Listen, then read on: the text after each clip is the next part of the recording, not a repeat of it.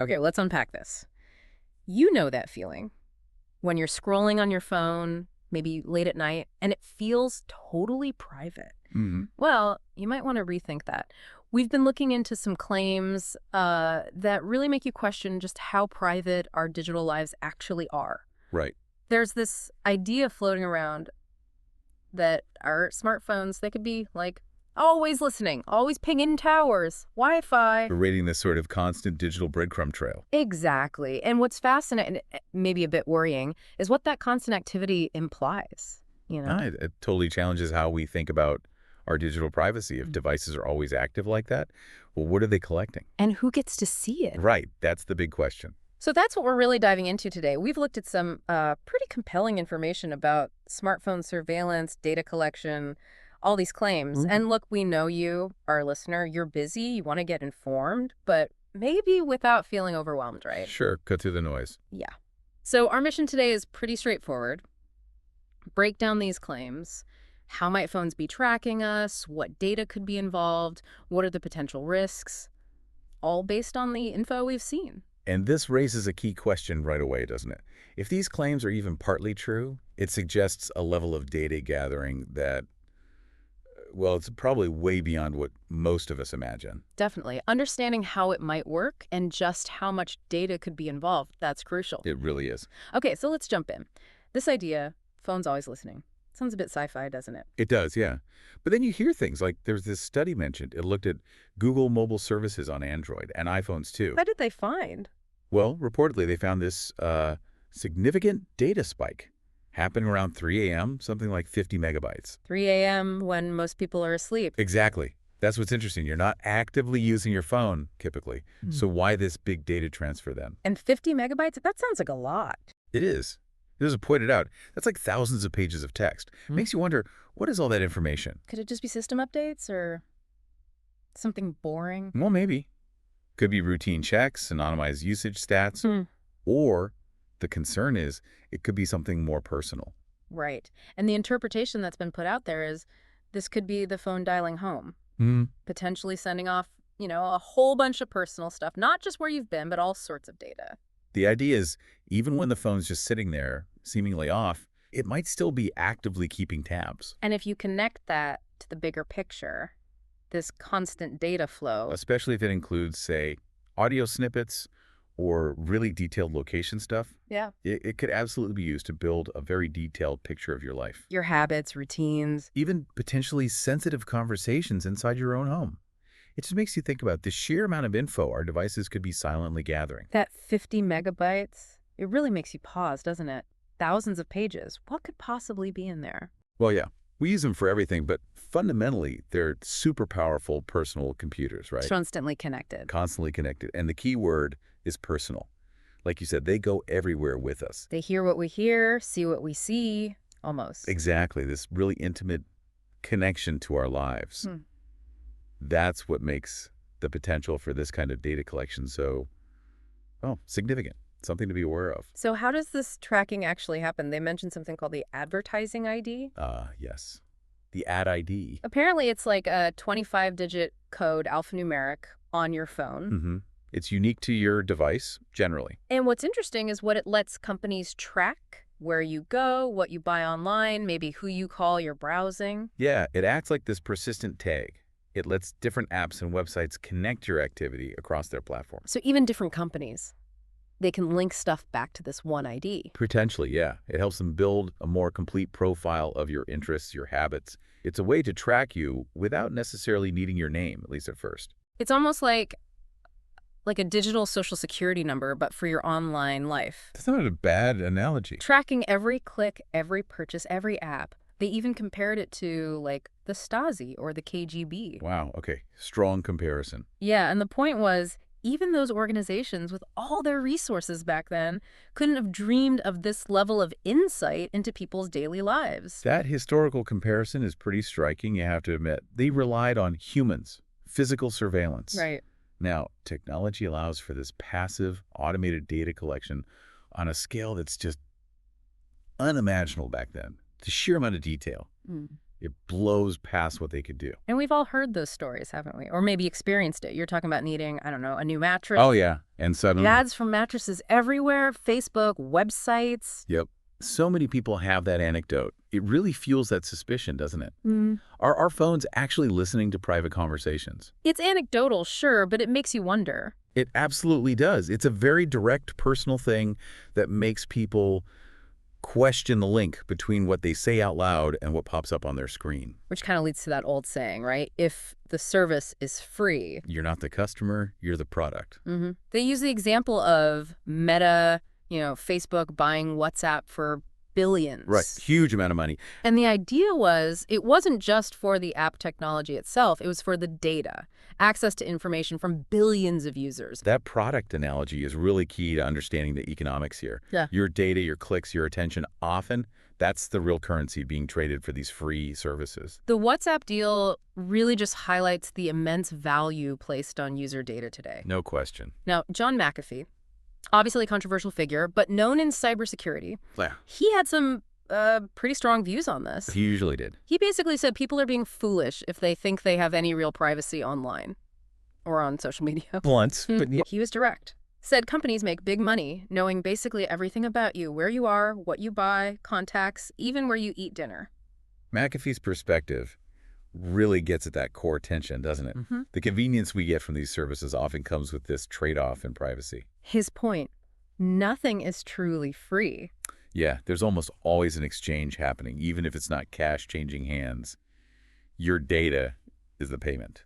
And he really hammered this home. Every click, every search, Yeah. it has a hidden cost, your data. He said we shouldn't be surprised companies might be selling data. We should be surprised that we're surprised when we find out. That's an interesting take. And he pointed out how apps are often designed to get access to all sorts of info, location, contacts, purchase history. He's highlighting how often we grant permissions without maybe fully grasping the extent of the data access we're giving away, right? Exactly. The app interfaces are the gateways for our information to flow out. Okay, yeah. But then he made a much more, alarming claim. Yeah. He suggested that a large percentage of smartphones, both iOS and Android, might be infected with keystroke logging software. Whoa.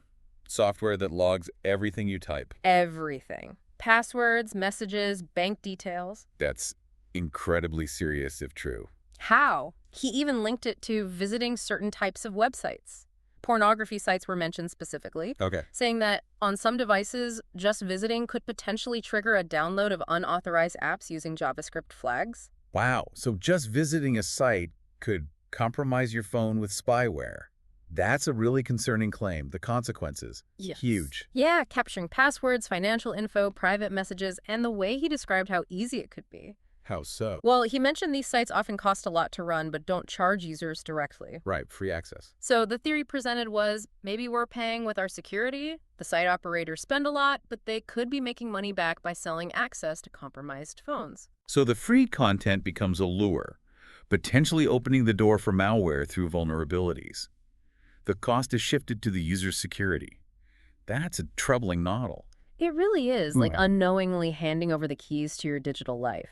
But hang on, if this level of access to so many phones is potentially out there, why haven't we seen, massive coordinated attacks wiping out bank accounts everywhere? Good question. And the answer given was pretty chilling. Okay. The idea is maybe these actors are playing a long game. A long game. Yeah. Instead of small, noisy attacks now, they might be building up access, waiting to target millions of devices all at once for a much bigger impact. That suggests patience, organization, maybe even state-level involvement. It does. Waiting to maximize the damage, maybe make it harder to trace back. Okay, that's a sobering thought. And who are the alleged actors? The information pointed towards organized cybercrime groups, The cyber mafia is sometimes called. reportedly paying serious money for this kind of access to smartphones, potentially facilitated by those websites. If that's accurate, it paints a picture of a very sophisticated, well-funded criminal underworld leveraging everyday online activity. That's a huge threat,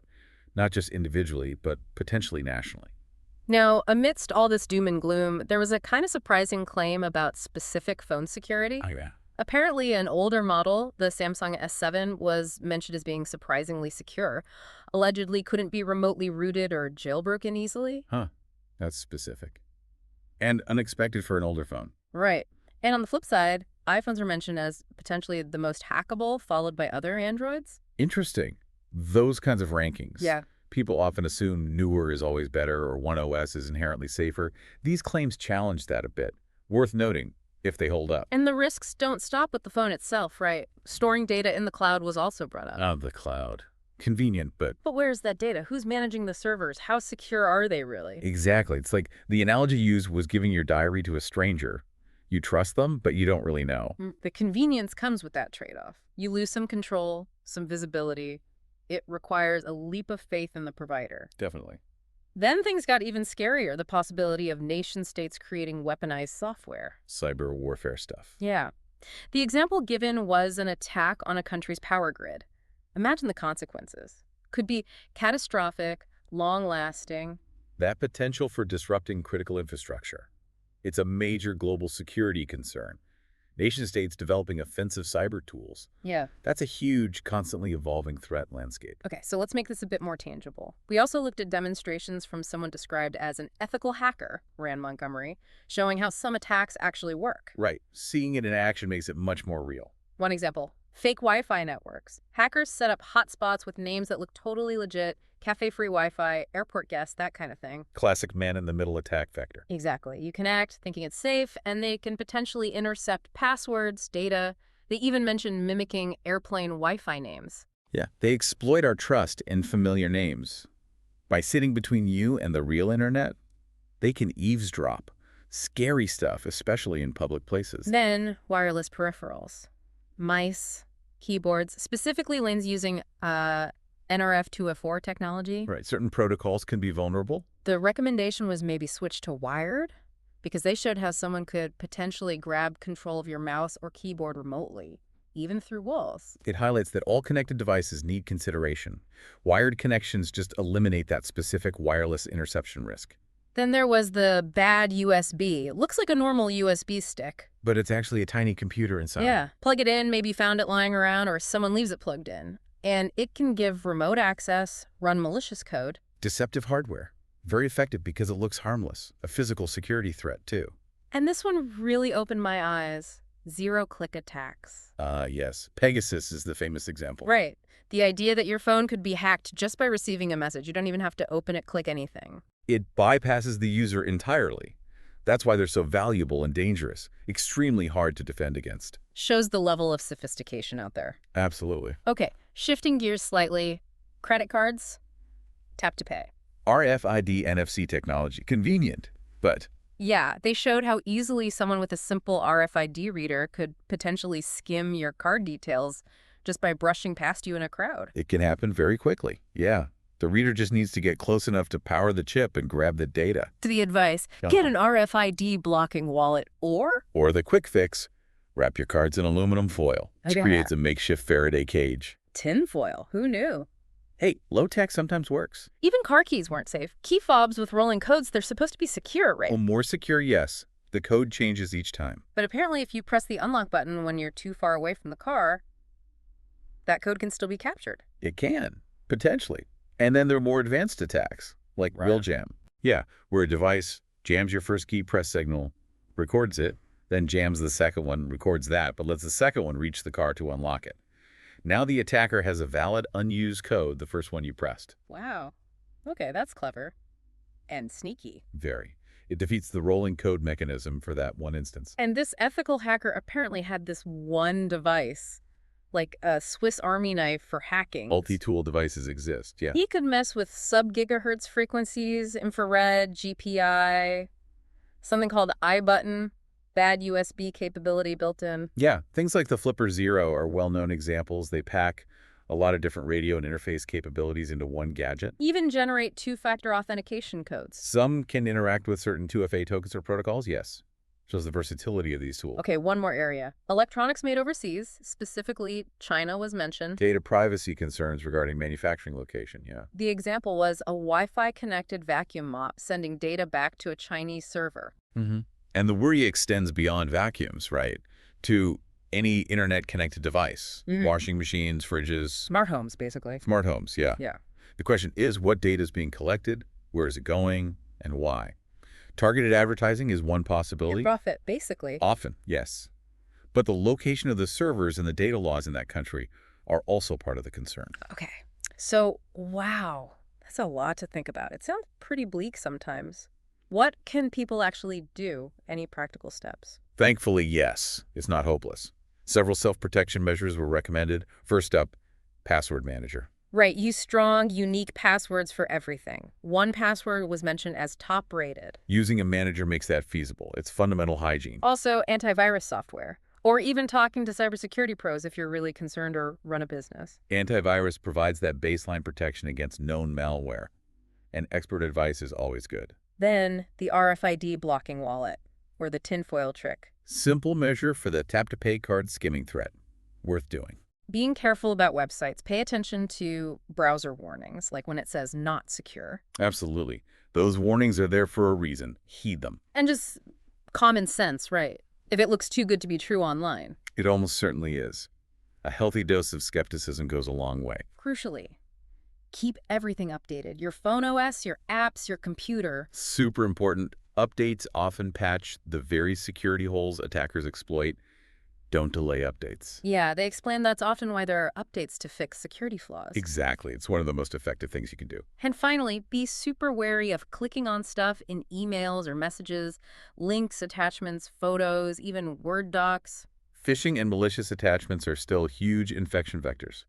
Be suspicious of unsolicited stuff. Think before you click. Okay, so that was a pretty deep dive, huh? It really was. Covered a lot of ground. The main takeaway seems to be, look, the digital world is amazing, convenient, all that. But it comes with some pretty serious security and privacy challenges. We just have to be aware and, take steps, be proactive. Absolutely. What's really interesting is how deeply technology is woven into our lives now. Right? Totally. But the understanding of the potential security side, it often lags behind for many people. There's this gap between how much we rely on it and how much we grasp the risks. Yeah, that's a good point. So maybe a final thought to leave folks with. Okay. Considering everything we've talked about, how easily data can potentially be collected, how devices could be compromised, what kind of fundamental shifts might be needed in how we think about technology, about privacy going forward. That's a big question. Does our relationship with these devices need to change fundamentally? What does that even look like? Right, something to really mull over. How does all this information affect our daily lives, our digital habits long term?